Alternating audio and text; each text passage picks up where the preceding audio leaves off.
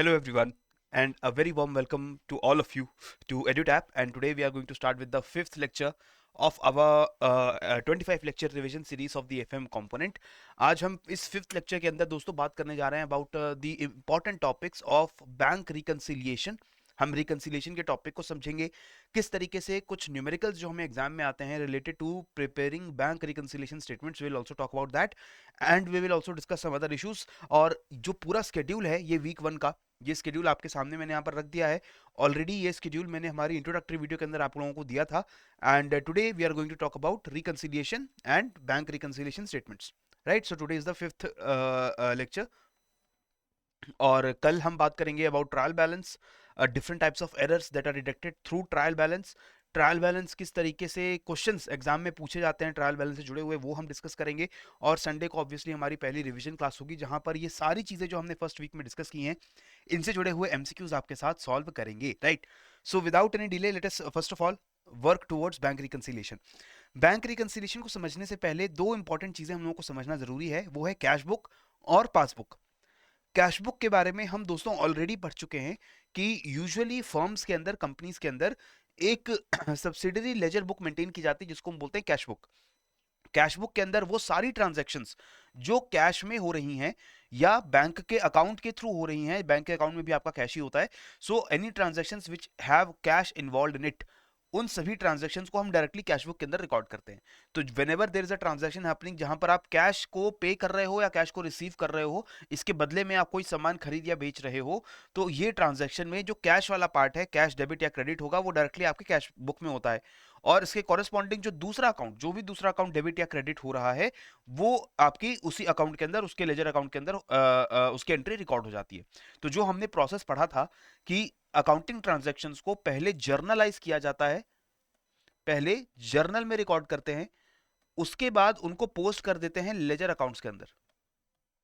लेकिन ज्यादातर फर्म्स के अंदर कैश बुक नाम का एक लेजर अकाउंट बनाया जाता है जो कि सब्सिडरी लेजर बुक होती है. इस बुक के अंदर डायरेक्टली एंट्री जो है वो पोस्ट की जाती हैं, उनको पहले जर्नलाइज नहीं किया जाता. जिसमें भी कैश इन्वॉल्व है वो डायरेक्टली आपके कैश बुक के अंदर उसको रिकॉर्ड करते हैं. राइट, तो ये तो हमारी कैश बुक है. इसका फायदा क्या होता है कि कैश बुक से we get to know that in our business what is the position of the cash account. हमारे पास कैश इन हैंड कितना है, कितनी पेमेंट्स हमने की हैं, कितनी पेमेंट्स और फ्यूचर में करनी है, और क्या कैश का रिसीट हमें मिला है, ये सारी चीजें हमें कैश बुक से पता चल जाती हैं. इसके साथ साथ कैश बुक के अंदर ही we also have a column dedicated to the bank balance that we have. Right, हमने देखा है ना, जो 3 कॉलम या 2 कॉलम कैश बुक्स होती है वहां पर हम कैश के साथ बैंक अकाउंट का भी कॉलम मेंटेन करते हैं. और बैंक के अंदर से जो भी पेमेंट्स हो रही हैं या रिसीव हो रही हैं, the money that is going out of our bank account और money that is coming inside our bank account, वो सारी पैसे का लोखा जोखा भी हमारे इसी कैश बुक के अंदर रहता है. ठीक है, इसके साथ एक दूसरा डॉक्यूमेंट है पासबुक, जिसके बारे में हम सभी जानते हैं that it is basically the statement given by your bank about your bank account. तो ये एक तरीके से क्या है, ये बैंक का कैश अकाउंट है जो उन्होंने आपके अकाउंट के नाम से अपने पास ओपन कर रखा है. तो आपके अकाउंट के अंदर जो भी कैश ट्रांजैक्शंस होती हैं वो सारी चीजें इस पासबुक के अंदर जो है वो दिखाई देती हैं. ठीक है, so any bank it opens a ledger account in your name, in the depositor's name, and whenever deposits are made by the depositors they are credited to the ledger account, and withdrawals are made by depositors they are debited to the ledger account. इसका simple सा मतलब है, late us से मैंने अपने bank account से कोई payment कर दी, मैंने अपने बैंक अकाउंट से कोई पेमेंट की है, तो मैं उसको किस तरीके से रिकॉर्ड करूंगा. मेरे लिए मैं बैंक अकाउंट को क्रेडिट करूंगा या डेबिट करूंगा. मेरे बैंक अकाउंट से पेमेंट हुई है तो मेरा बैंक अकाउंट क्रेडिट होना चाहिए. क्रेडिट होता है जब भी cash goes out, when ever real asset goes out it is credited. ठीक है, तो ये बैंक अकाउंट मेरा क्रेडिट हो जाएगा मेरी कैश बुक के अंदर. लेकिन अगर मैं बैंक के पॉइंट ऑफ व्यू से देखूं, जब मेरे बैंक अकाउंट से कोई मनी पे कर दिया जाता है तो बैंक मेरे पासबुक के अंदर वो अमाउंट को क्रेडिट करेगा या डेबिट करेगा. बैंक उस अमाउंट को डेबिट करता है, क्रेडिट नहीं करता. डेबिट क्यों करता है, क्रेडिट क्यों नहीं करता? क्योंकि आप देखिए, जो भी पैसे आपने बैंक को दे रखे हैं वो आपने एक लोन दिया हुआ है बैंक को. So when ever you deposit money in your bank, जब भी आप मनी डिपॉजिट करेंगे तो उसकी अकाउंटिंग एंट्री क्या बनेगी, आपका जो कैश है वो आपके बैंक के पास चला गया. तो आप उसे किस तरीके से रिकॉर्ड करोगे, आप बैंक अकाउंट को डेबिट करते हो और कैश को क्रेडिट करते हो. ठीक है, बैंक अकाउंट डेबिट हुआ क्योंकि बैंक में पैसे आ रहे हैं और आपके पास से कैश जा रहा है, इसलिए कैश क्रेडिट हो गया. लेकिन बैंक इसकी एंट्री कैसे रिकॉर्ड करेगा, बैंक के पास कैश आ रहा है तो वो आपके अकाउंट में एज अ लोन आ रहा है. एज अ लोन आने का मतलब है कि for bank in your account they have to credit your account because they have received the money, क्योंकि यहाँ पर आपका जो अकाउंट है वो एक पर्सनल अकाउंट है। आपके नाम का जो सेविंग्स अकाउंट ओपन है, this is a personal account, right? Bank के लिए ये पर्सनल अकाउंट है ना, उसने आपके नाम का एक अकाउंट खोला है। तो पर्सनल अकाउंट में what we do, we debit the receiver, we credit the giver.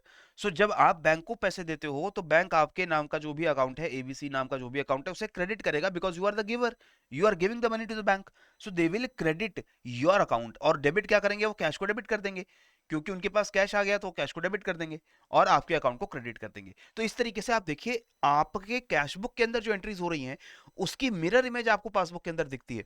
जब आप कैश को क्रेडिट करते हो और बैंक को डेबिट करते हो, बैंक एक्चुअली क्या कर रहा है, आपके अकाउंट को क्रेडिट कर रहा है और कैश को डेबिट कर रहा है। So actually these are mirror images of each other. जब भी पासबुक और कैशबुक को आप मैच करने जाओगे तो आपके कैशबुक के अंदर जो भी आपके बैंक का बैलेंस शो कर रहा है, वही बैलेंस आपको अपनी पासबुक के अंदर भी दिखना चाहिए। लेकिन अगर आपके कैशबुक में क्रेडिट बैलेंस है तो आपकी पासबुक में डेबिट बैलेंस होगा, अगर आपकी पासबुक में क्रेडिट बैलेंस है तो आपकी कैशबुक में डेबिट बैलेंस होगा। क्लियर हुआ आपको? तो ये मिरर इमेजेस हैं, आपका debit is equal to passbook का credit. Okay, now most of the times ये जो आपका बैंक अकाउंट है, आपका जो पासबुक है, इसके अंदर जो भी कैश का हिसाब किताब है, that should be similar to the transaction that you have done in your cash book. आपकी कैश बुक के अंदर भी वही ट्रांजेक्शन आप कर रहे हो तो बैलेंस सेम रहना चाहिए बैंक अकाउंट के अंदर। लेकिन sometimes there are differences between the cash book and the passbook. आप अपनी कैशबुक के अंदर जो भी पेमेंट कर रहे हैं, जो भी रिसीट ले रहे हैं, उसको आप अपनी कैशबुक के अंदर रिकॉर्ड करते जा रहे हो। लेकिन पासबुक आप लेटेस्ट से मंथली या 2 महीने में एक बार आप बैंक के पास जा करके अपनी स्टेटमेंट निकलवाते हो और मैच करते हो कि अपनी पासबुक के अंदर जो जो ट्रांजेक्शंस हैं, क्या वो आपकी कैशबुक से मैच हो रही है, नहीं हो रही है। Most of the times they do match. लेकिन कई बार हमें कुछ डिफरेंसेस देखने को मिल सकते हैं हमारी कैशबुक और पासबुक के अंदर। वो डिफरेंसेस किस वजह से आएंगे? जैसे फॉर एग्जाम्पल एरर हो सकता है आपने बैंक अकाउंट से पेमेंट कर दिया है 2,000 रुपए का, लेकिन बैंक ने वो 2,000 की पेमेंट कर दी, लेकिन आपने कैशबुक में उसे 200 रुपए की पेमेंट गलती से रिकॉर्ड कर दी। सो एनी अंडर कास्टिंग और ओवर कास्टिंग, अमाउंट को कम करके या ज्यादा करके गलती से लिख दिया, 20,000 को 2,000 लिख दिया, या 5500 को 55,000 लिख दिया। So any kind of this error, जहां पर अमाउंट की गड़बड़ हो जाए तो वहां पर आपका डिफरेंस देखने को मिलेगा in your cashbook and passbook. Next, entry to the wrong account के अंदर एंट्री कर दी तो भी आपको दोनों में डिफरेंस देखने को मिलेगा। क्रेडिट एंट्री को डेबिट की तरह रिकॉर्ड कर दिया या डेबिट को क्रेडिट की तरह रिकॉर्ड कर दिया तो भी आपको एरर्स देखने को मिलेंगे। So these are errors basically जो आपकी कैशबुक के अंदर होने की ज्यादा संभावना होती है, बिकॉज यू नो बैंक्स की जो पासबुक है वो काफी ध्यान से तरीके से बनाई जाती है, कंप्यूटराइज्ड पूरा एफर्ट होता है, and there are various checks and balances in order to make sure कि आपकी पासबुक करेक्ट रहे। तो ऐसे एरर्स होने की संभावना पासबुक के अंदर कम रहती है। लेकिन आपकी कैशबुक के अंदर ऐसे एरर्स ज्यादा हो सकते हैं क्योंकि person an accountant is responsible for maintaining your cashbook. इसके ऊपर बहुत ज्यादा चेक्स बैलेंसेस भी नहीं लगे हुए हैं, तो हो सकता है आपकी कैशबुक के अंदर एरर्स हो जाए और इसकी वजह से पासबुक में जो बैलेंस दिख रहा है वो आपकी कैशबुक से अलग हो जाए, राइट? बट ये जो एरर्स है इनको तो रेक्टिफाई कर सकते हैं। रेक्टिफाई कैसे कर सकते हैं? हम अपना पासबुक मंगवाएंगे, पासबुक का बैलेंस अपनी कैशबुक के बैलेंस को मैच करेंगे और हमें अगर देखने को मिलेगा that there is some difference, we will check our cashbook कि कहीं पर हमने कोई एरर तो नहीं किया है। एरर ढूंढना पड़ेगा, एरर मिल जाएगा तो उसको रेक्टिफाई कर देंगे। But there are certain differences in our cashbook and passbook जिसमें एरर नहीं होता है, ये टाइम डिफरेंसेस होते हैं, जो टाइम की वजह से कुछ डिफरेंसेस अराइज हो जाते हैं। For example let us look eight do not these errors they do not require any change in the cash book. ये एरर्स कोई रेक्टिफिकेशन नहीं मांगते हैं, ये एरर्स टाइम के साथ अपने आप सही हो जाते हैं। जैसे checks issued but not presented for payment, आपने अपनी फर्म से चेक को इशू कर दिया है, you have issued the check, that means in your cash book आपने चेक को इशू कर दिया और आपने क्या मान लिया, that payment has been done, payment done हो गई। पेमेंट अगर जब भी हम करते हैं तो हमारे कैश में जब भी पेमेंट हो रही है तो हम अपने बैंक बैलेंस से अमाउंट को क्रेडिट करेंगे या डेबिट करेंगे? हमने पेमेंट करी, the cash in our bank account is going out, तो वो हमेशा क्रेडिट होगा। तो मैंने तो पेमेंट कर दी, मैंने मान लिया कि जो मेरा बैंक अकाउंट है, बैंक के बैलेंस को मैंने क्रेडिट कर दिया, बैंक में पैसा कम हो गया ये मैं मानकर चल रहा हूं, राइट? लेकिन ये जो चेक्स है जब मैं इशू कर देता हूं, जिस भी पर्सन को मैं चेक देता हूं, कुछ टाइम लगेगा, वो पर्सन उस चेक को लेकर के बैंक में अपने डिपॉजिट करेगा और उसके बाद उसके अकाउंट में पैसा ट्रांसफर होगा, क्रेडिट होगा। हो सकता है the person he takes checks from me और वो चेक को बैंक में डिपॉजिट ना करे, वो अपने पास बचा करके रखे फ्यूचर में कभी डिपॉजिट करने के लिए। तो इस वजह से कई बार हम चेक इशू कर देते हैं लेकिन उनकी पेमेंट नहीं होती है। जब उनकी पेमेंट नहीं होगी तो एक्चुअली मेरे पासबुक के अंदर मैंने मान लिया पेमेंट हो गई because I have given the check, but in my passbook, in my bank balance, the payment has not been done, क्योंकि अभी चेक जो है वो पेमेंट के लिए लाया ही नहीं गया है। तो होगा क्या कि मैंने बैलेंस अपनी पासबुक अपनी कैशबुक से डिडक्ट कर दिया था, लेकिन मेरी पासबुक के अंदर वो बैलेंस अभी भी मौजूद होगा, it is still present. So मेरी पासबुक का जो बैलेंस है वो ज्यादा होगा as compare to the balance that is there in the cashbook. मेरी पासबुक में बैलेंस ज्यादा होगा, लेकिन ये ओनली टाइमली डिफरेंस है। जैसे ही जो मैंने चेक इशू किया था, जब वो बैंक के पास प्रेजेंट करेंगे, वो पेमेंट हो जाएगी, ये पेमेंट कंप्लीट हो जाएगी और मेरी पासबुक का बैलेंस कम हो जाएगा। ठीक है। Similarly check deposited but not yet collected, मुझे चेक मिला है किसी से, और वो चेक मैंने बैंक में जाकर डिपॉजिट कर दिया। जैसे मैंने बैंक में डिपॉजिट किया, मैंने कैशबुक के अंदर क्या रिकॉर्ड कर दिया, दैट पेमेंट इज रिसीव्ड। मैंने चेक रिसीव किया था और मैंने बैंक में जाकर के उसको डिपॉजिट कर दिया है, और जैसे डिपॉजिट कर दिया मैं मान लूंगा कि मैंने पेमेंट को रिसीव कर लिया है, और मैं इस बैलेंस को अपनी कैशबुक के अंदर ऐड कर दूंगा कि मेरे पास एक्स्ट्रा मनी आ गई। लेकिन जब तक वो चेक क्लियर नहीं होता है, जब तक वो चेक एक्चुअली मेरे बैंक अकाउंट में क्रेडिट नहीं हो जाता है, मेरी पासबुक का बैलेंस क्या रहेगा, पासबुक में तो नो पेमेंट रिसीव्ड, अब जब तक चेक क्लियर नहीं होगा। ठीक है। और मेरी पासबुक का बैलेंस जो है वो मुझे कम दिखाई देगा और कैशबुक का बैलेंस ज्यादा दिखाई देगा। समझ आ रहा है आपको? इस तरीके से चेक्स की वजह से, because they are timely instrument, cheques की वजह से कई बार there might be time differences between our cashbook and passbook. There are some other differences arising because of hidden entries.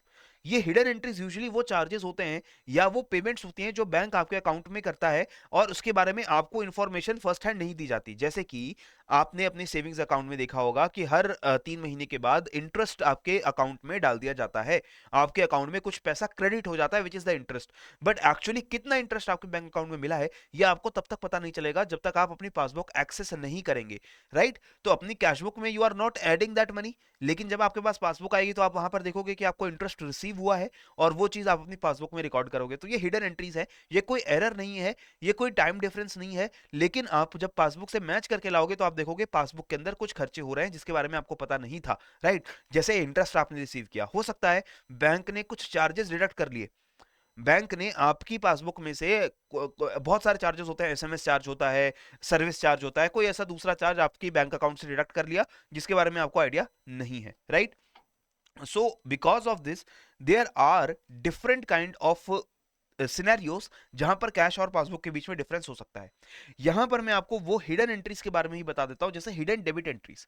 ये वो डेबिट एंट्रीज हैं आपके बैंक अकाउंट के अंदर जो हिडन होती हैं, जैसे बैंक चार्जेस, बैंक कोई चार्ज आपके अकाउंट से जो है डिडक्ट कर लेता है आपके ओवरड्राफ्ट के ऊपर। जैसे अगर आपने बैंक से लोन ले रखा है, आपने सेविंग्स अकाउंट में जो मिनिमम बैलेंस है उससे कम ले जा करके आप मनी विथड्रॉ कर रहे हो बैंक से, तो उसके ऊपर इंटरेस्ट लगता है, वो भी इंटरेस्ट आप पे चार्ज होगा। स्टैंडिंग इंस्ट्रक्शंस पे कोई अमाउंट पे कर रखा है, जैसे for example you have given a standing instruction that every month pay this much amount of money to let us से नेटफ्लिक्स और टू अमेजॉन प्राइम। आपने ऐसे हम इंस्ट्रक्शंस दे सकते हैं ना कि हमारे बिल को मंथली पेमेंट कर दिया जाए, तो उसकी भी अमाउंट डिडक्ट होती जाएगी आपके बैंक से, आपको उसका कैशबुक में रिकॉर्ड करने का पता नहीं चलेगा जब तक आप पासबुक को एक्सेस नहीं करते। सिमिलरली चेक आपने डिसऑनर हो गया आपका, ये जो चेक है वो डिसऑनर होने पे अगेन वो डेबिट एंट्रीज आपकी जो है वो आपको तब तक पता नहीं चलेंगी जब तक आप एक्चुअली पासबुक को एक्सेस नहीं करते हो। सिमिलरली क्रेडिट एंट्रीज होती है, आपके डिपॉजिट पे आपको इंटरेस्ट मिलता है, आपके स्टैंडिंग इंस्ट्रक्शन पे अमाउंट कलेक्ट हो गया, किसी ने आपको पेमेंट कर दी जिसके बारे में आपको पता नहीं था, लेकिन बैंक अकाउंट में पैसा आ गया है, तो अगेन वो आपकी पासबुक और कैशबुक में डिफरेंस हो जाएगा। डायरेक्ट पेमेंट्स भी आपके बैंक अकाउंट में होती हैं, तो वो भी आपके कैशबुक और पासबुक में डिफरेंसेस को एराइज कर देगा। So these are causes for differences. It is very important to understand these causes, तभी हम जा करके इन causes को rectify कर पाएंगे। Now, in order to make sure that always our cash book and passbook they are up to date, cash book और passbook दोनों में सेम इंफॉर्मेशन रहे, इसके लिए हम बनाते हैं bank reconciliation statement. This is a statement and this statement is to account for the differences between passbook and cashbook. For example समझिए कि आपका एक बिजनेस चल रहा है और मैं आपके यहाँ एज एन अकाउंटेंट काम करता हूँ, और मैं आपके बिजनेस में आई ऑपरेट और मेंटेन योर कैश बुक, और मैं कैश बुक के अंदर बहुत ही एक्यूरेटली एंड ऑनेस्टली सारी ट्रांजैक्शंस को रिकॉर्ड कर रहा हूँ।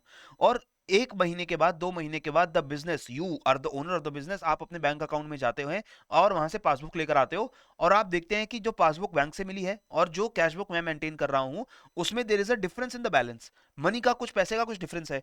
सो now it is my responsibility कि मैं आपको ये विश्वास दिलाऊं कि there is no error, and ये जो भी डिफरेंसेस आपकी पासबुक और कैशबुक के बीच में है, दे कैन बी एक्सप्लेन्ड। वो डिफरेंसेस क्यों हुआ है वो एक्सप्लेन कर सकते हैं। उन्हीं एक्सप्लेनेशंस को देने के लिए मैं क्या करूंगा, मैं बैंक रिकंसिलिएशन स्टेटमेंट बनाऊंगा और मैं आपको दिखाऊंगा कि देखिए ये बैंक रिकंसिलिएशन की स्टेटमेंट है, इससे हमें पता चल रहा है कि मेरी कैशबुक और पासबुक में डिफरेंसेस क्यों हैं, और वो डिफरेंसेस अगर अराइज हुए हैं तो उसको कैसे सही किया जा सकता है। ठीक है, so that is why we make a bank reconciliation statement. Now in this statement what we do, we first of all get our passbook. हमें जो क्वेश्चंस आएंगे भी एग्जाम के अंदर, वहां भी क्या होगा, हमें पासबुक का बैलेंस दिया होगा या हमें कैशबुक का बैलेंस दिया होगा क्वेश्चन के अंदर, और हमें कुछ सिनेरियोज दिए होंगे। और अगर हमें पासबुक का बैलेंस ऑलरेडी क्वेश्चन में दिया गया है तो we will be asked to find out the balance in the cashbook, और अगर हमें कैशबुक का बैलेंस दिया गया है तो we will be asked to find the balance in the passbook. Right, scenarios किस तरीके से देंगे, let us say there is a check which I have received and deposited in the bank, but this check has not yet been credited. मैंने क्या किया, मैंने एक check को रिसीव कर लिया, और इसका मतलब है कि मैंने मान लिया कि मेरे पास पेमेंट आ चुकी है, और मैंने, लेट अस से चेक 1,000 रुपए का था, I have added this 1,000 rupees in my cash book, but I have deposited this check in the bank, लेकिन बैंक में अभी ये चेक क्लियर नहीं हुआ है, तो ये 1,000 रुपए मेरी पासबुक में एब्सेंट होंगे। सो मेरी कैशबुक और पासबुक के बीच में 1,000 रुपए का डिफरेंस अराइज हो जाएगा।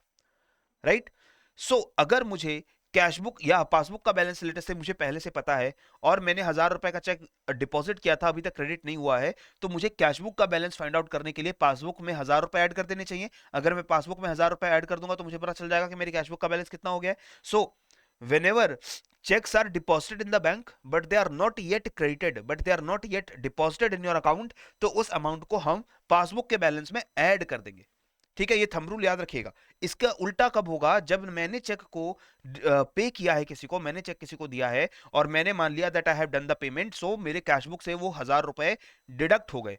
मैंने वो डिडक्शन मान ली कि मैंने 1,000 रुपए की पेमेंट कर दी है, but still that check has not been presented for payment, that check has not been cleared, और इसकी वजह से मेरी पासबुक में अभी भी 1,000 रुपए पड़े हुए हैं। तो अगेन मेरी कैशबुक और पासबुक में 1,000 रुपए का डिफरेंस आ गया। और अगर मुझे पासबुक का बैलेंस पता है तो मैं इस बैलेंस से 1,000 रुपए डिडक्ट कर दूं तो मेरा कैशबुक का बैलेंस आ जाएगा। राइट, तो इसी तरीके से the checks which are issued but not yet presented for payment, they are subtracted from the passbook balance. इसके बाद जो बैलेंस मिलता है उसे हम बोलते हैं एडजस्टेड पासबुक बैलेंस और कैशबुक बैलेंस।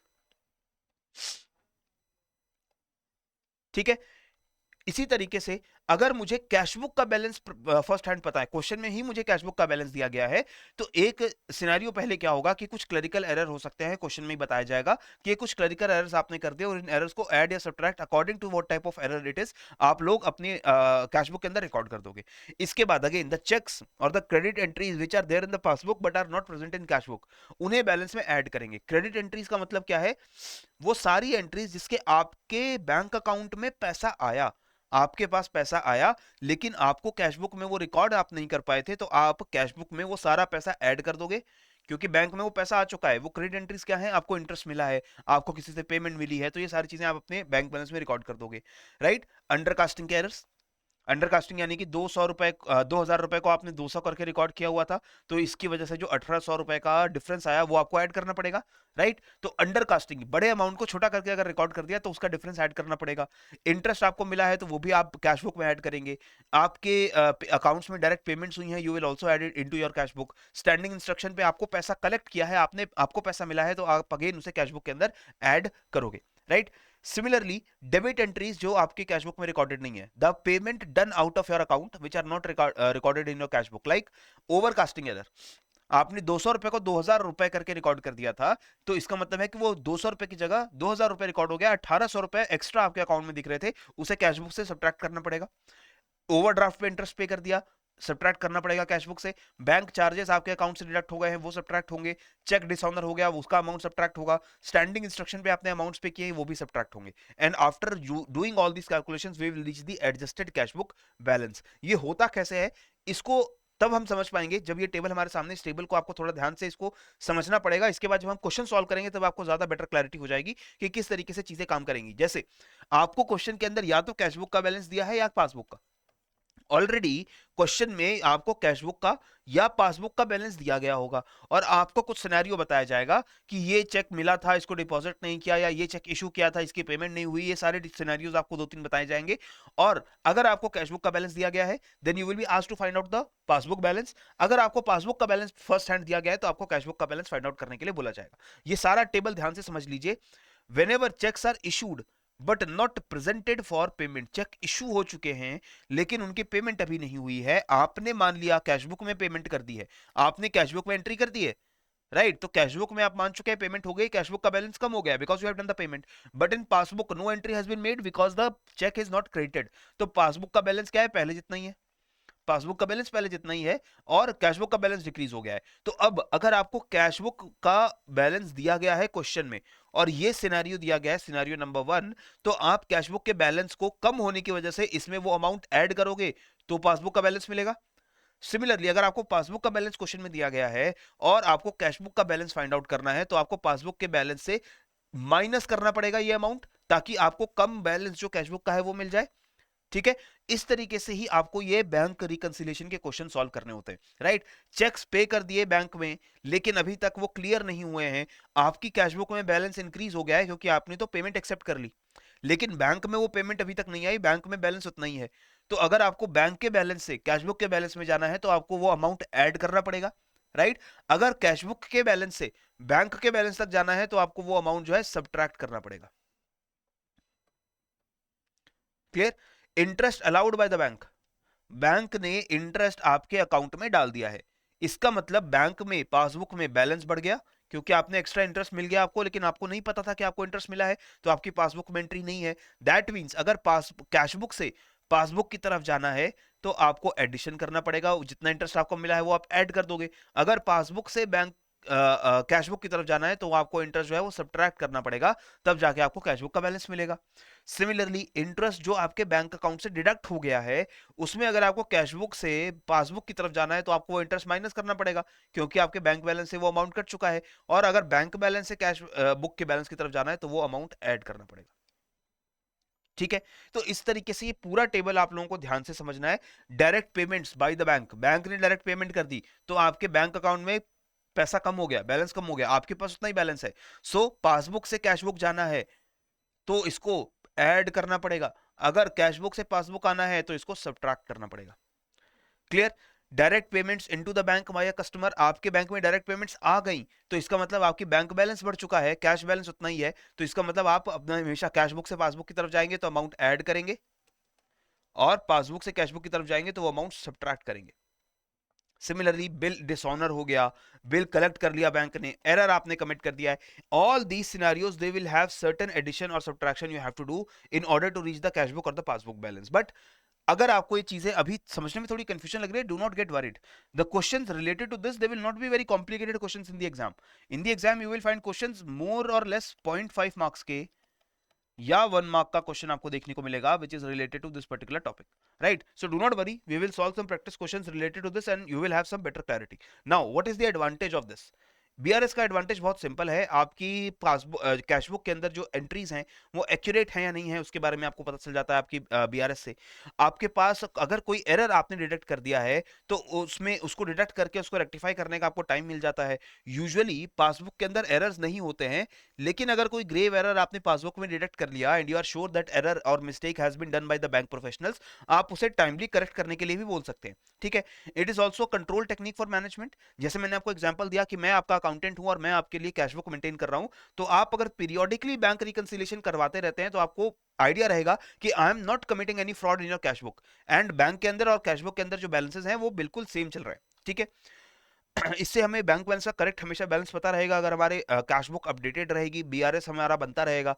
फ्रॉड अगर कोई कमिट हो गया है स्टाफ से जो कैश को या चेक को हैंडल करता है बैंक के अंदर या आपके अकाउंट्स के अंदर, कोई भी फ्रॉड या मिस्टेक अगर हो जाती है तो it can be detected by the BRS, right? Now let us answer some questions. Direct deposit via customer in the bank with no overdraft facility will have what? एक डायरेक्ट डिपॉजिट हो गया है आपके बैंक के अंदर और आपके किसी कस्टमर ने पैसा आपके बैंक में डायरेक्टली डिपॉजिट कर दिया है, इससे क्या होगा? Higher passbook balance than cashbook, or lesser passbook balance than cash book or no difference or none of the above. Be very careful. Direct deposit has been made in your bank account and you have no information about it. तो इसका मतलब क्या है, passbook के अंदर अगर direct deposit हो गया है तो पासबुक में that balance is included, but in your cash book that balance is not there. तो इसका मतलब क्या है कि you will have a higher passbook balance than your cash book. Passbook में हायर बैलेंस दिखाई देगा. करेक्ट आंसर बनेगा ऑप्शन नंबर ए. क्लियर हुआ? नेक्स्ट क्वेश्चन देखो. Which of the following is not a feature of the bank reconciliation statement. क्या feature नहीं है, not a feature. BRS helps in arriving the actual position of the bank balance. Yes, it does. BRS is prepared by the bank. BRS will record any delay in clearing of checks, and BRS helps in fraud detection of checks. अब आप यहां पर साफ साफ देख रहे हो, BRS बनाने का काम कौन करता है? BRS बैंक बनाता है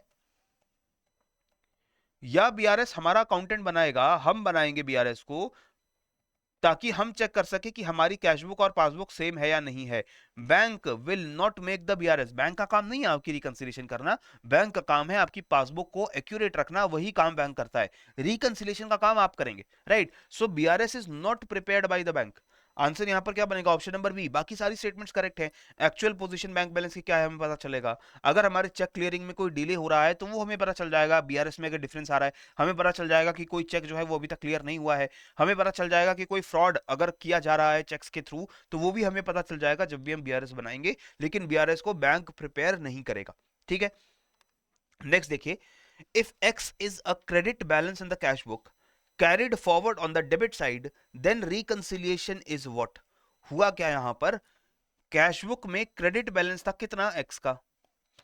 इसको कैरी फॉरवर्ड डेबिट साइड पे कर दिया हमने गलती से. कैश बुक में जो एक्स का क्रेडिट बैलेंस था वो क्रेडिट साइड पे होना चाहिए था, वो डेबिट साइड पे एक्स बैलेंस डाल दिया हमने. इसे करेक्ट करने के लिए क्या करेंगे? नॉर्मल लॉजिक लगाइए.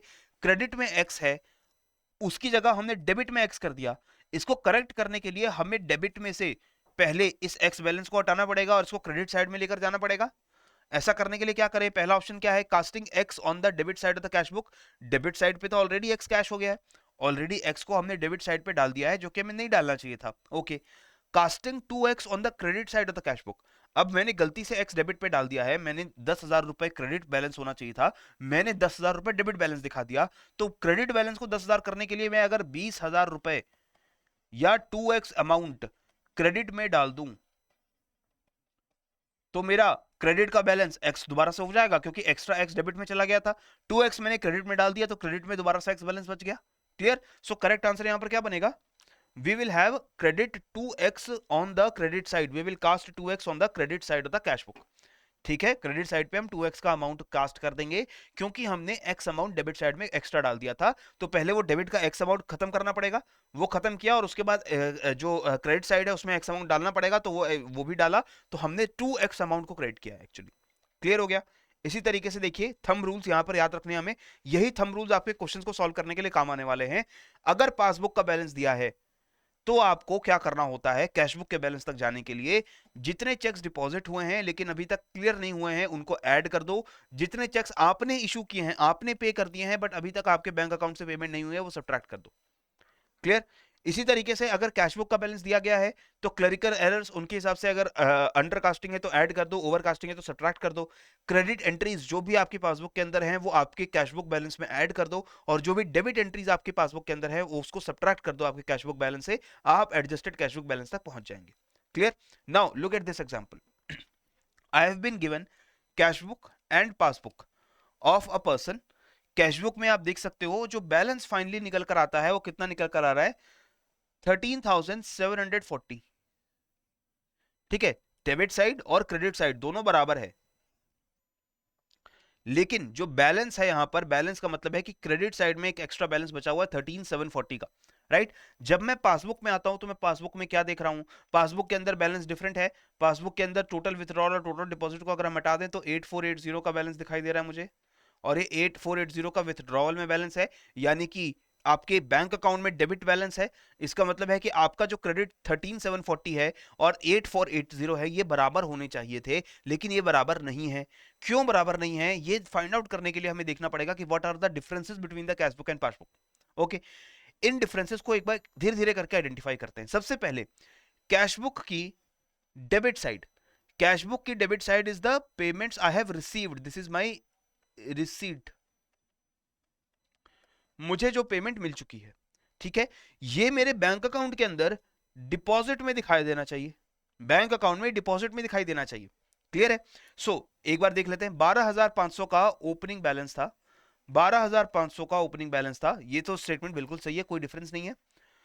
उसके बाद 10 तारीख को ममता ने 3,000 रुपए डिपॉजिट किए हैं मेरे बैंक अकाउंट के अंदर, ममता ने 3,000 रुपए डिपॉजिट किए हैं मेरे बैंक अकाउंट के अंदर, ये स्टेटमेंट भी बिल्कुल करेक्ट है। गीता ने 5,000 डिपॉजिट किए हैं, यहां भी गीता ने 5,000 डिपॉजिट किए हैं।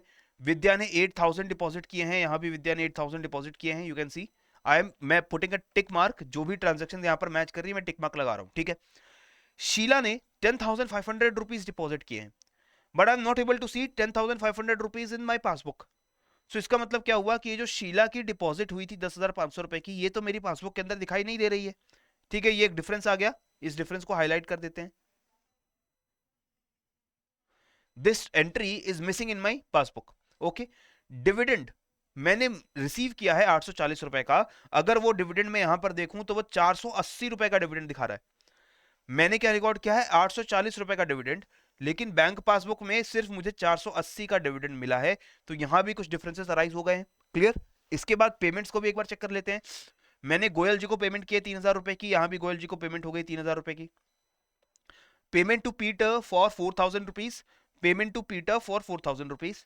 George payment 2,000 rupees, I cannot see the payment to George for 2,000, ठीक है, यहां पर आप देख सकते हैं there is no payment to George for 2,000 rupees, so I will mark it here also. Joshi ji has been paid 8,000 rupees, Joshi ji has been paid 8,000 rupees here also. Black, mister Black has been paid 5,000 rupees, mister Black has been paid 5,000 rupees here also. By White, White ji को payment किया गया 100 रुपए का, 100 rupees paid to mister White, but there is no payment of 100 rupees here.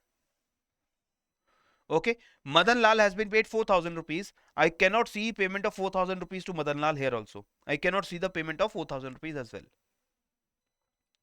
Right? So these are certain entries which are missing or different in my cash book and passbook. एक बार passbook को और check कर लेते हैं. In the passbook we can find some hidden entries also. वो क्या है? यहां पर आप देखिए बाकी सभी ट्रांजैक्शंस पे टिक लगा हुआ है एक्सेप्ट फॉर सम. एक ट्रांजैक्शन यहां पे हुई है, LIC प्रीमियम 500 रुपए का विथड्रॉ हुआ है मेरे बैंक अकाउंट से, जिसके बारे में मुझे पता नहीं था, so I have not recorded in my cash book. मैंने कैश बुक में 500 रुपए का पेमेंट जो है वो रिकॉर्ड नहीं किया है, राइट। सो जितनी भी डिफरेंट एंट्रीज हैं उसको मैंने यहां पर बॉक्स में डाल दिया है कैश बुक के अंदर भी, और जो पासबुक में अलग एंट्रीज हैं उनको भी मैंने यहां पर अपनी बॉक्स के अंदर डाल दिया है। अब ये मैं क्यों कर रहा हूं? Just to make you understand कि कैसे इन डिफरेंसेस को हम लोग रिकंसाइल कर सकते हैं। सबसे पहले एक अगर हम एडजस्टेड कैशबुक बैलेंस को फाइंड आउट करने की कोशिश करें, कैशबुक के बैलेंस को एडजस्ट करते हैं। सबसे पहले कैसे एडजस्ट होगा? कैशबुक में हमने देख लिया कि हमारी पेमेंट जो हमने की थी 2,000 रुपए की जॉर्ज को, 4,000 रुपए की मदन लाल को, और वाइट को 100 रुपए की। These payments are missing in my passbook. ये पेमेंट्स मेरी पासबुक के अंदर मिसिंग है। इसका मतलब ये पेमेंट्स एक्चुअली मेरे पासबुक से हुई नहीं है, मेरे बैंक से अभी तक हुई नहीं है। इसका मतलब क्या होगा?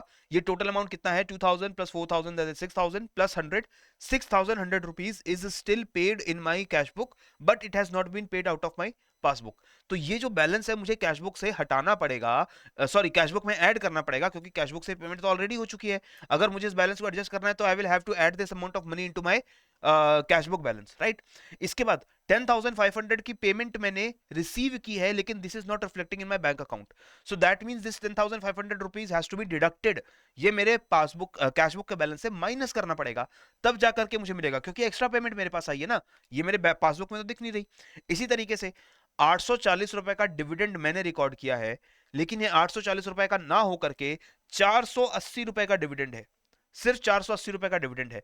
सो there is again a difference in the amount, जो कि मुझे दोबारा से अपनी कैशबुक के अंदर जो है माइनस करना पड़ेगा, क्योंकि मैंने यहां पर 840 ज्यादा अमाउंट जो है दिखा दिया है। तो अगर मैं कैशबुक के हिसाब से चलूं तो कैशबुक में बैलेंस वॉज 13,740, ये बैलेंस है यहां पर, लेकिन इसमें मैंने सबसे पहले 360 रुपीज वो सब्ट्रैक्ट किए। क्यों सब्ट्रैक्ट किए? 840 रुपए का dividend, 840 here and 480 here, 840 minus 480 that is 360 difference. तो ये एक्चुअली मैंने 360 रुपीज एक्स्ट्रा ऐड कर दिए थे, यहां पे गलती से एक्स्ट्रा ऐड कर दिए थे, तो वो मुझे माइनस करने पड़ेंगे, तो मैंने माइनस किया यहां से, ठीक है। उसके बाद credit entry shown in the bank statement but not appearing in cash book, कोई क्रेडिट एंट्री नहीं है मेरे पास ऐसी, मेरे पास कोई भी ऐसी डिपॉजिट नहीं है जो मेरे पासबुक कैश बुक के अंदर रिफ्लेक्ट ना कर रही हो, तो ये कोई अमाउंट ऐसा नहीं रहेगा। इसके बाद debit entry shown in the bank statement but not appearing in the cash book, सिर्फ 500 रुपए का एक खर्चा है जो मेरे कैश बुक के अंदर मिसिंग था, तो ये 500 रुपए का खर्चा मैं अपने कैश बुक के बैलेंस के अंदर से सब्ट्रैक्ट कर दूंगा। ठीक है, सो टोटल बैलेंस मेरा कितना आया, 12,880 रुपीज, ये मेरा एडजस्टेड कैश बुक बैलेंस है।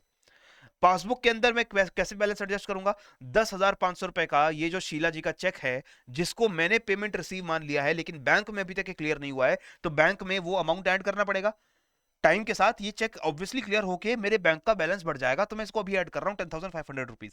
सिमिलरली 6,100 रुपीज, ये वो चेक्स है which are issued but not presented for payment, मैंने ये सारी पेमेंट कर दी है, 6,100 रुपए की पेमेंट मैंने कर दी है, लेकिन बैंक से भी पेमेंट नहीं हुई है, तो बैंक में वो अमाउंट में सब्ट्रैक्ट कर देता हूं और 12,880 रुपए का मेरा एडजस्टेड बैंक बैलेंस आ गया, which is equal to the adjusted cash book balance. मैंने कैश बुक के एरर्स को रेक्टिफाई किया, मैंने बैंक के एरर्स को रेक्टिफाई किया और मेरा अमाउंट जो है फाइनल बराबर आ गया।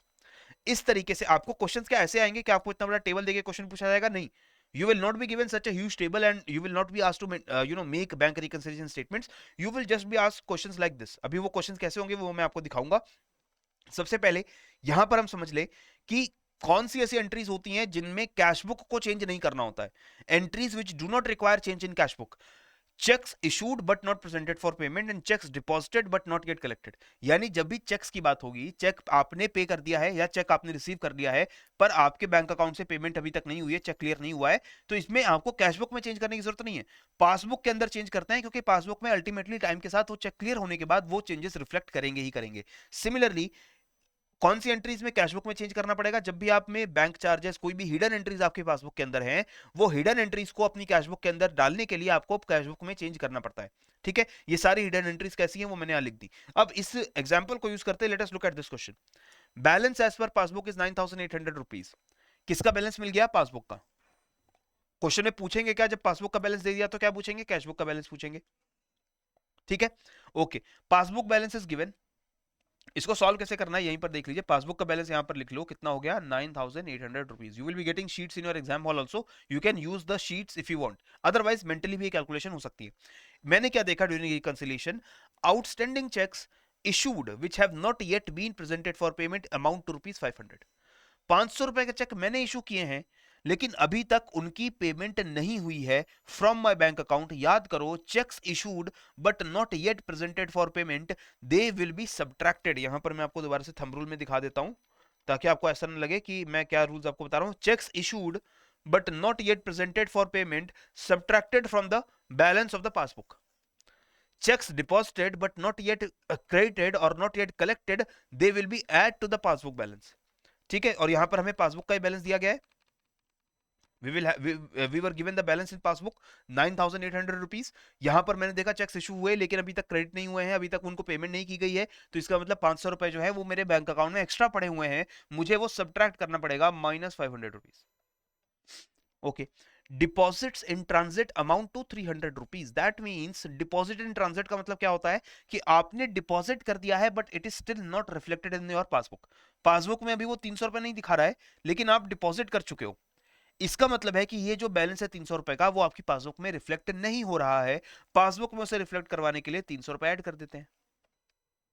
ठीक है, अब इसके बाद जो बैलेंस निकल कर आएगा, क्या बैलेंस निकल कर आएगा, it will amount to be 9,600 rupees.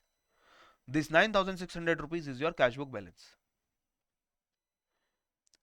Clear हुआ आपको, कैशबुक बैलेंस कितना आया, 9,600 रुपए।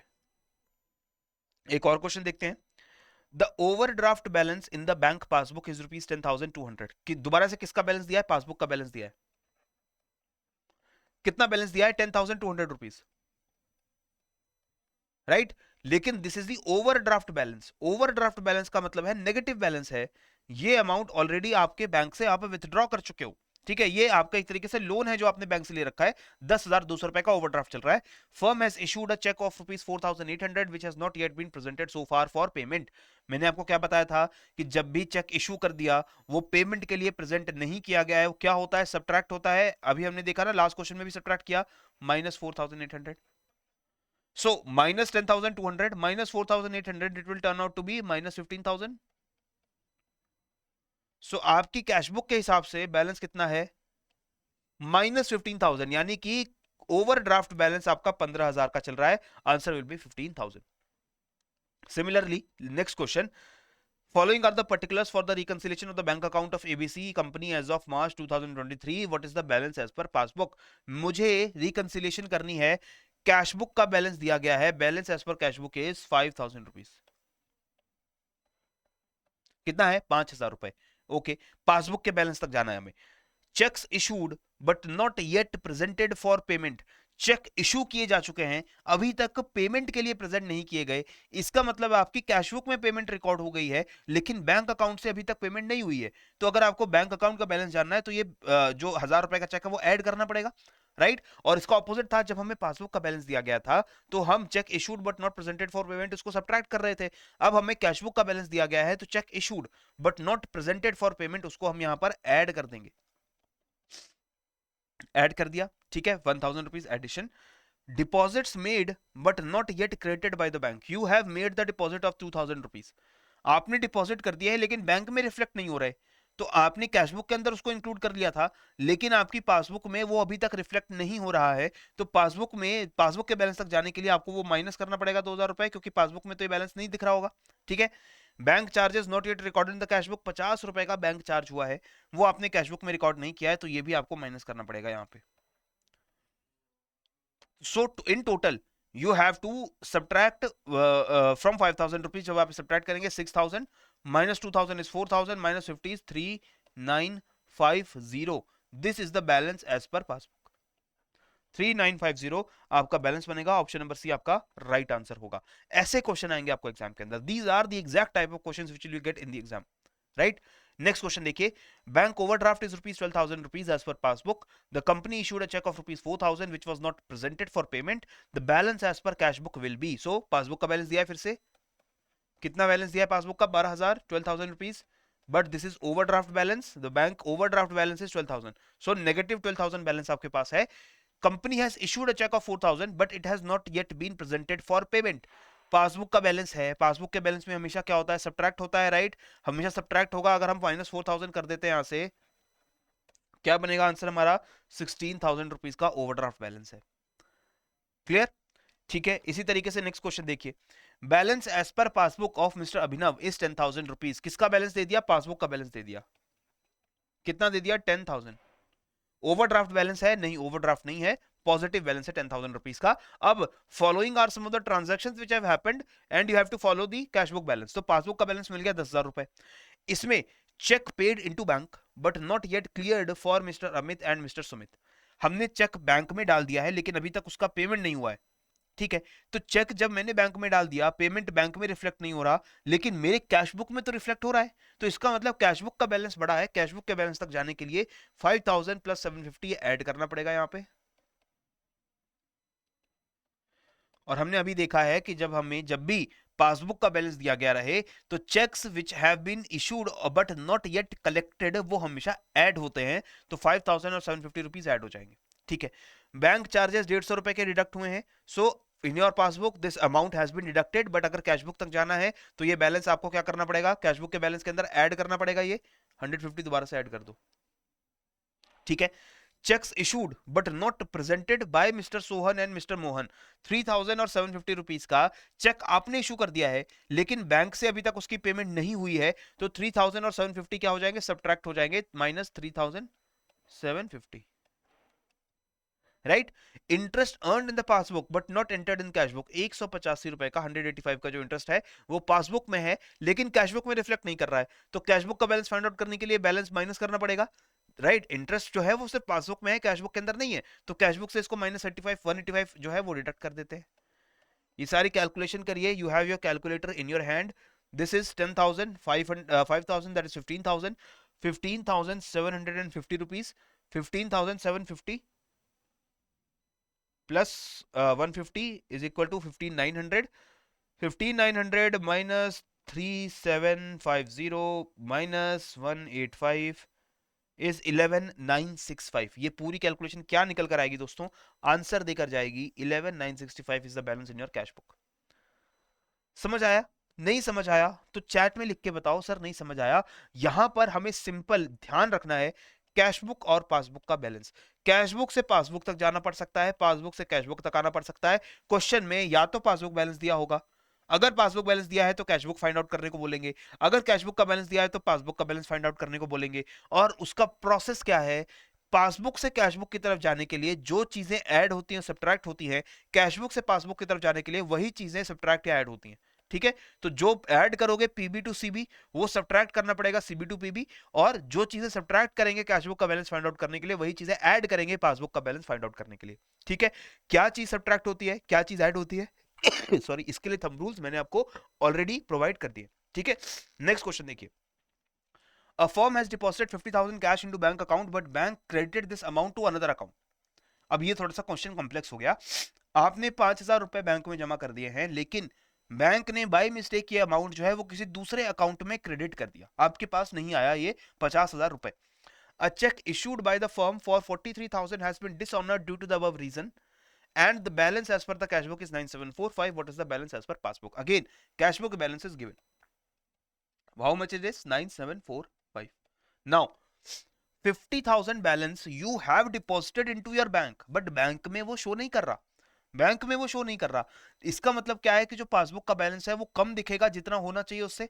तो अगर आपको पासबुक के बैलेंस तक जाना है तो कैशबुक के बैलेंस में से ये 50,000 माइनस करना पड़ेगा, क्योंकि पासबुक में तो ये बैलेंस है नहीं, पासबुक में बैलेंस नहीं है, तो मुझे 50,000 पहले अपनी कैशबुक के बैलेंस से माइनस करने पड़ेंगे। उसके बाद चेक ने 43,000 का पेमेंट कर दिया चेक से, लेकिन वो चेक डिसऑनर हो गया। क्यों डिसऑनर हो गया? क्योंकि आपने 50,000 जमा करवाए थे, लेकिन वो तो जमा हुए ही नहीं, तो आपने जो 43,000 की पेमेंट करनी थी वो पेमेंट भी नहीं हो पाई, वो पेमेंट भी डिसऑनर हो गई।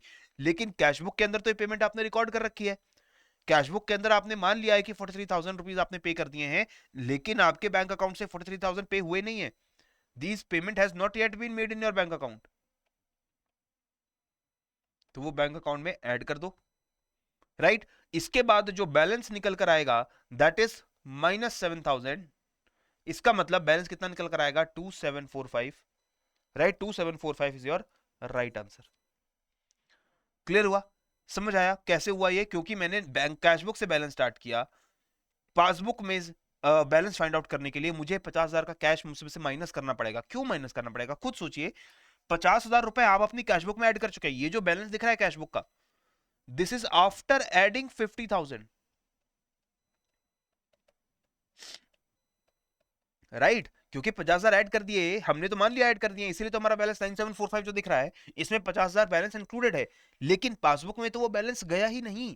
तो इस वजह से पासबुक के अंदर से, तो पासबुक का बैलेंस फाइंड आउट करने के लिए मुझे 50,000 माइनस करने पड़ेंगे कैशबुक से। और ये जो 43,000 मैंने ऑलरेडी मान लिया था कि 43,000 रुपीज डिडक्ट हो चुके हैं, तो मैंने आफ्टर सब्ट्रैक्टिंग 43,000 था, आफ्टर सब्ट्रैक्टिंग 43,000, तो 50,000 ऐड किए, 43,000 सब्ट्रैक्ट किए, मैंने मानकर क्या चल रहा था कि 7,000 रुपीज ऑलरेडी मेरे कैशबुक के अंदर ऐड हो चुके हैं और मेरा बैलेंस 9745 दिखा रहा है। लेकिन बैंक में तो ऐसा कुछ नहीं हुआ, तो बैंक के अंदर तो ऑलरेडी 7,000 रुपीज कम होंगे। कितने होंगे? 2745 रुपीज होंगे, राइट। नाउ एक छोटा सा टॉपिक डिस्कस करके इस वीडियो को हम लोग खत्म करेंगे। That topic is regarding capital and revenue expenditure. सबसे पहले हमने बैंक रिकंसिलिएशन की तो यहां पर बात कर ली है, अब यहां पर कुछ एक्सपेंडिचर की बात कर लेते हैं। एक्सपेंडिचर का मतलब क्या होता है दोस्तों? It is basically the money that you पे, ठीक है, एक पेमेंट जो आप कर रहे हैं in order to purchase goods और सर्विस। कोई सामान खरीदने के लिए या बेचने के लिए जब भी आप पेमेंट करते हैं वो एक्सपेंडिचर है। एक्सपेंडिचर एक सिंगल पॉइंट इन टाइम पे रिकॉर्ड किया जाता है कंपेयर टू एन एक्सपेंस। यहां पर कई लोगों को कंफ्यूजन हो सकता है एक्सपेंडिचर और एक्सपेंस में। यूजुअली इन दोनों वर्ड्स को हम इंटरचेंजेबली यूज करते हैं, एक्सपेंडिचर या एक्सपेंस कह देते हैं, कोई खास फर्क नहीं पड़ता है। टेक्निकल डिफरेंस यहां पर मैं आपको बताता हूं। टेक्निकल डिफरेंस क्या है? Expenditure happens in a point in time. इसका मतलब आपने एक समय के ऊपर वो खर्चा किया है। इसका जैसे मतलब होगा कि आप कुछ परचेज करने गए, आप पेन खरीदने गए, मोबाइल खरीदने गए, आटा खरीदने गए, दाल खरीदने गए, जैसे वो आपने चीजें खरीदी उसकी पेमेंट कर दी, तो वो आपका एक्सपेंडिचर हो गया, ठीक है। लेकिन कुछ एक्सपेंडिचर ऐसे होते हैं जो सिंगल एक पॉइंट ऑफ टाइम पे नहीं होते, वो एक पीरियड के लिए होते हैं। जैसे कि रेंट पे करते हो आप। अब रेंट भले आप महीने की 1 तारीख को देते हो या 10 तारीख को देते हो, लेकिन वो रेंट पूरे महीने का खर्चा है, वो हर दिन का, हर घंटे उस बिल्डिंग को यूज करने का खर्चा है, राइट। तो इसलिए हम रेंट को एक्सपेंस बोल देते हैं, because it is generated over a period. ठीक है, अगर आप कुछ खरीदने, मोबाइल खरीदने जा रहे हो, तो वो तो एक ही टाइम पे, एक सेकंड में पेमेंट हो जाएगी ना। जिस टाइम पे मोबाइल लिया उस टाइम पर पेमेंट कर दी, वो कोई टाइमली हुआ खर्चा तो नहीं है। इसी तरीके से हम सैलरी पे करते हैं लोगों को। अगर आप अपनी कंपनी के लोगों को सैलरी पे करते हो, तो वो भी आपका एक्सपेंस है। क्यों? क्योंकि वो सैलरी आपकी continuous over the month generate होती जा रही है। भले salary first of the month या सेवंथ ऑफ द मंथ को आप पे करें, आपको लगेगा कि एक ही दिन तो पेमेंट की तो एक ही खर्चा हुआ, नहीं। एक्चुअल में अकाउंटिंग पॉइंट ऑफ व्यू से वो पूरा खर्चा पूरे महीने में धीरे धीरे करके बढ़ता जा रहा था। उसको at the end of the month आपने इकट्ठे पे कर दिया तो वो अलग बात है, लेकिन एनी एक्सपेंस इज दैट खर्चा which is happening over a period of time while the expenditure happens in a single point of time. ठीक है, अब एक्सपेंडिचर हो या एक्सपेंस हो, उसको यूजुअली हम कैपिटल या रेवेन्यू, इन दो तरीकों से क्लासिफाई करते हैं। और यही सिंपल सा चीज आपको डिफरेंस जो है वो समझना है, ताकि क्वेश्चंस को आप आंसर कर सकें। Depending upon the nature of the expenditure, effect of the expenditure on the revenue earning capacity, and जो बेनिफिट आपको उस एक्सपेंडिचर से मिलता है, उसके बेसिस पे हम एक्सपेंडिचर को कैपिटल या रेवेन्यू कहते हैं। सबसे पहले नेचर की बात करते हैं।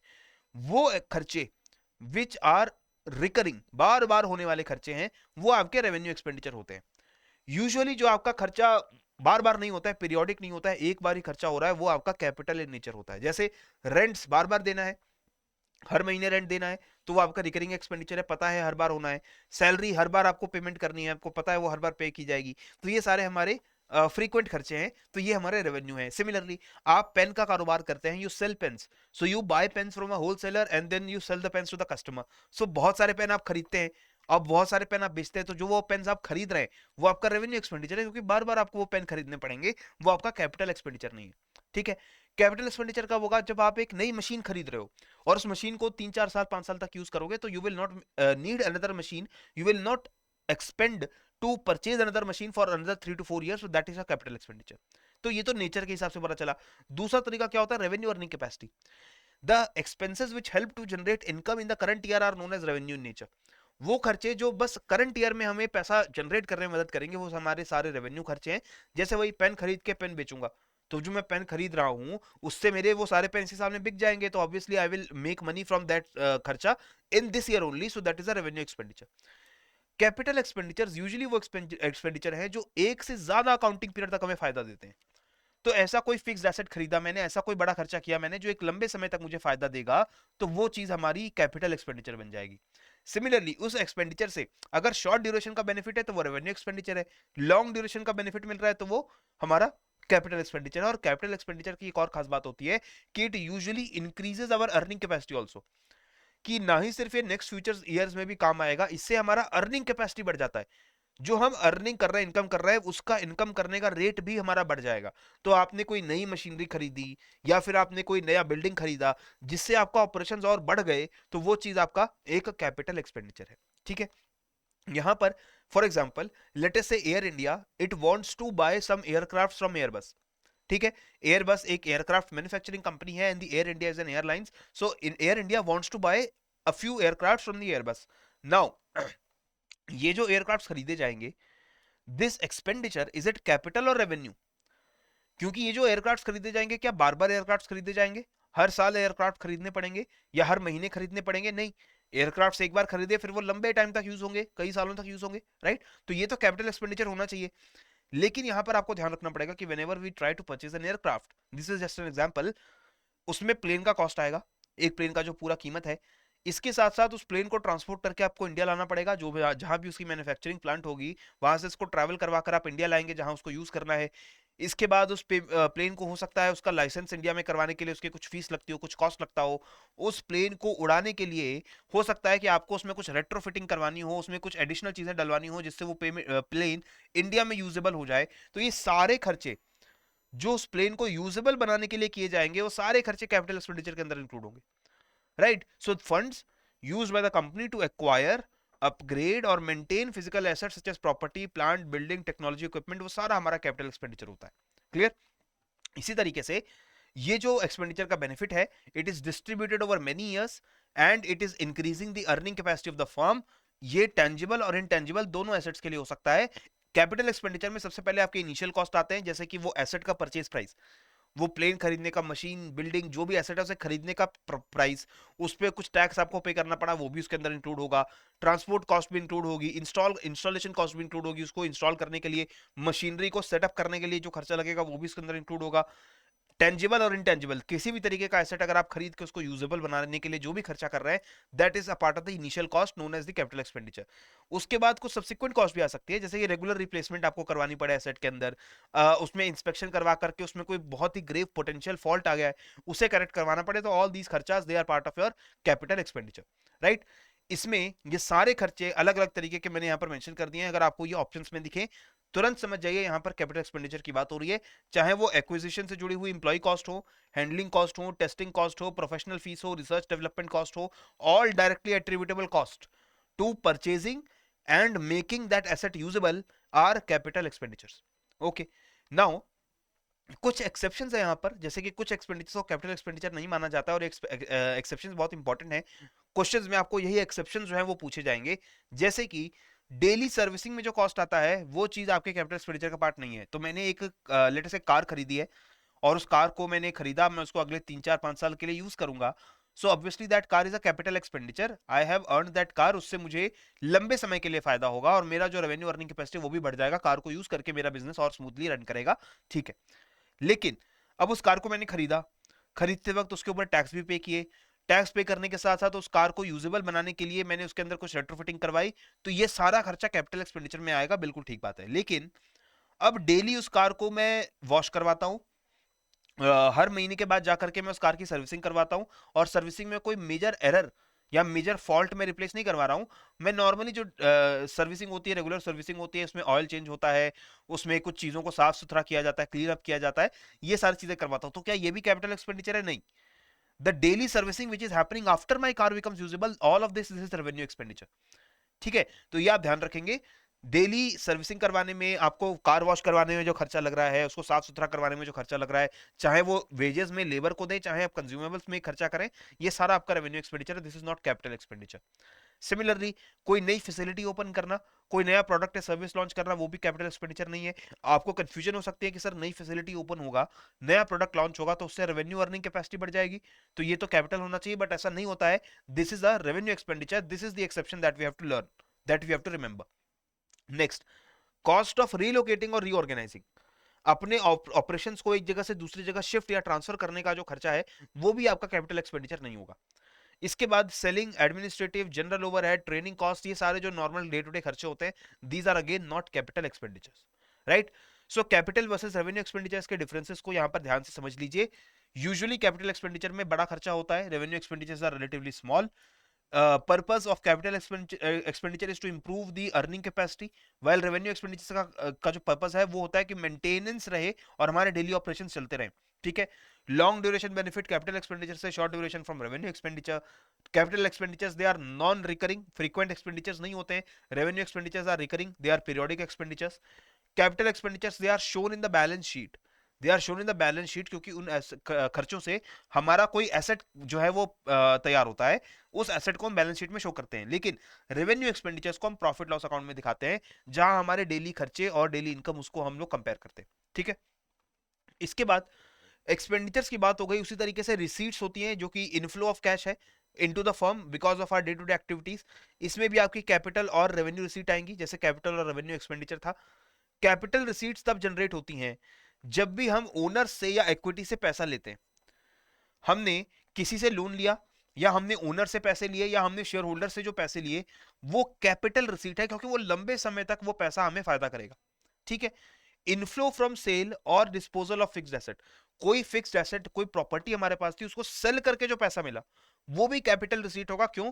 क्योंकि हमारा एक फिक्स्ड एसेट था, उसको हमने कैश में कन्वर्ट कर दिया, सो that is again a capital receipt. It is not routed through profit loss account, ये भी आपके प्रॉफिट लॉस अकाउंट में दिखाई नहीं देगी।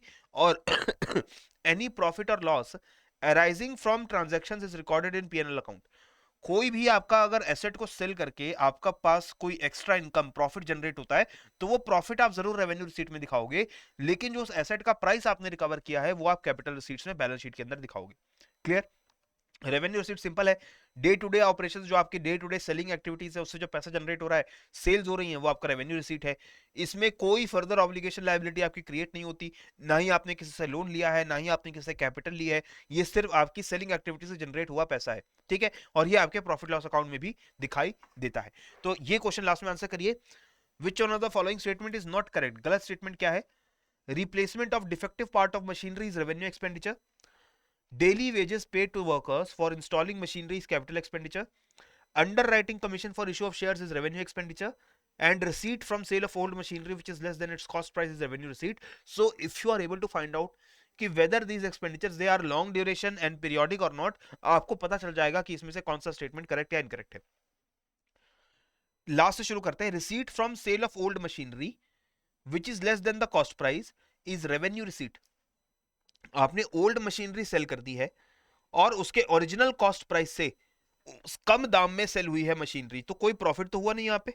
ओल्ड मशीनरी सेल कर दी और वो जो ओल्ड मशीनरी है उससे आपने जो सेलअप किया है ओरिजिनल कॉस्ट प्राइस से कम अमाउंट पे सेलअप किया है, तो ये जो आपको पैसा मिला है, जो रिसीट मिली है फ्रॉम दिस सेलिंग, क्या वो रेवेन्यू एक्सपेंडिचर है या वो कैपिटल एक्सपेंडिचर है? अभी हमने इसकी बात की है कि that will not be treated that will not be treated as a capital expenditure, that will be treated as a revenue expenditure, क्योंकि इससे जो भी आपकी ओल्ड मशीनरी से सेल होती है ये आपका रेवेन्यू में अर्निंग हुई इनकम है। क्लियर? इसी तरीके से under writing commission for issue of shares is revenue expenditure. Shares issue करते हो तो वहां से आपका कैपिटल रिसीट मिलता है आपको। शेयर्स इशू करना यानी कि शेयर होल्डर से पैसा लेना, ये आपका कैपिटल रिसीट है। और इसमें जो भी खर्चा निकल कर आता है, इसमें जो अंडर राइटिंग का कमीशन होता है वो आपका रेवेन्यू नेचर का नहीं, वो कैपिटल एक्सपेंडिचर में इंक्लूड किया जाता है, क्योंकि इस खर्चे से हमें लॉन्ग ड्यूरेशन का फायदा होगा, हमें शेयर होल्डर्स का मना जो पैसा है वो काफी लंबे समय तक के लिए मिलने वाला है। So therefore option number C is the right answer है। ऑप्शन नंबर सी गलत स्टेटमेंट है। बाकी दोनों स्टेटमेंट देख लेते हैं। डेली वेजेस जो इंस्टॉल करने के लिए खर्च होती है, कैपिटल एक्सपेंडिचर है, बिल्कुल कैपिटल है। एसेट को यूजेबल बनाने के लिए जितना भी हमें इनिशियली खर्चा करना पड़ेगा वो सारा कैपिटल एक्सपेंडिचर है। सिमिलरली रिप्लेसमेंट अगर डिफेक्टिव पार्ट का करेंगे तो वो रेवेन्यू एक्सपेंडिचर, मैंने ऑलरेडी बताया। एक बार मशीनरी यूज में आ गई उसके बाद उसमें अगर कोई भी चेंजेस, सर्विसिंग हो रही है, क्लीनअप हो रहा है, वो सारा आपका रेवेन्यू एक्सपेंडिचर रहेगा। Clear? So this is the discussion for the bank reconciliation and the capital and revenue expenditures. In the next lecture, my dear friends, we will be talking about the other important topics, जिसमें हम सबसे पहले trial balance की बात हमारे next lecture के अंदर करने जा रहे हैं। तब तक के लिए पढ़ते रहो, बढ़ते रहो। जय हिंद एंड जय भारत।